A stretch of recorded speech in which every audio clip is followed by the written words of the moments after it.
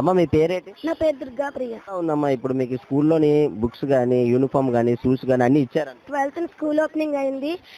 రాగానే అన్ని books, bags, school డ్రెస్సులు అన్ని ఇచ్చారు. బ్యాగ్ కూడా ఇచ్చారు. ఎట్లా ఉందమ్మా? ఎలా ఫీల్ అవుతున్నావు ఇవన్నీ?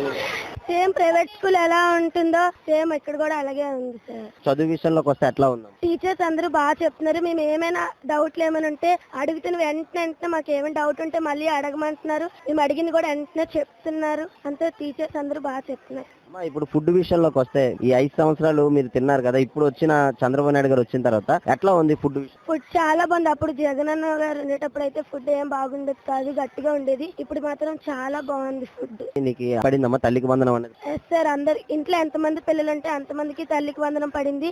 నాకు కూడా 2 చెల్లెలు ఉన్నారు, వాళ్ళకి కూడా పడింది తల్లికి వందనం. ఫీల్ అవుతుంది? చాలా హ్యాపీగా ఉంది. సేమ్ ప్రైవేట్ స్కూల్లోనే ఉన్నట్టుంది నాకైతే ఈ స్కూల్లో చదువుతుంటే.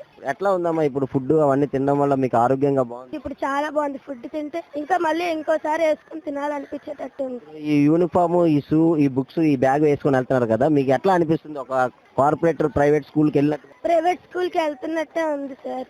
నిజంగా మేము ప్రైవేట్ స్కూల్ పిల్లలా ఉన్నాం. అందరూ అదే అంటున్నారు, మీరు ప్రైవేట్ స్కూల్ మారిపోయారా అనేసి అంటున్నారు. సేమ్ ఈ స్కూల్ డ్రెస్ అంతా అలాగే ఉంది, ప్రైవేట్ స్కూల్ చదువుతున్నట్టే.